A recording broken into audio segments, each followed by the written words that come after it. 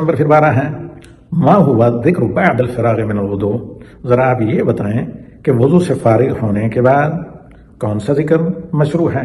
تو جواب عرض یہ ہے کہ اشہد ان لا الہ الا اللہ وحدہ لا شریک لہ واشہد ان محمدا عبدہ ورسولہ، میں گواہی دیتا ہوں کہ اللہ کے سوا کوئی بھی وردی ٹو بی ورشپ مستحق کے عبادت نہیں، اللہ کا کوئی شریک نہیں، اور میں گواہی دیتا ہوں کہ محمد صلی اللہ علیہ وسلم اللہ کے بندے یعنی سلیب اور اللہ کے رسول ہیں۔ یہ صحیح مسلم کی روایت ہے، اسے امام مسلم رحمہ اللہ نے اپنی صحیح میں روایت کیا ہے۔ اور بعض روایات میں اضافہ ہے تھوڑا سا، صحیح مسلم میں اتنا ہی ہے، لیکن بعض دیگر کتب حدیث میں ہے کہ اللہم اجعلنی من التوابین واجعلنی من المتطہرین، اے اللہ مجھے توبہ کرنے والوں میں سے اور مجھے پاک اور پاکیزہ رہنے، پاک صاف ستھرا رہنے والوں میں سے بنایا۔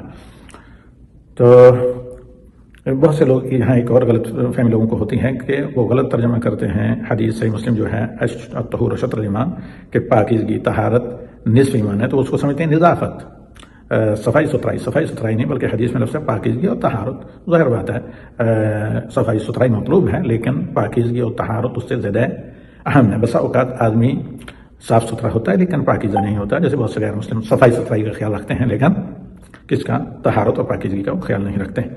اشہد ان لا الہ الا اللہ وحدہ لا شریک لہ واشہد ان محمدا عبدہ ورسولہ اللہم اجعلنی من التوابین واجعلنی من المتطہرین۔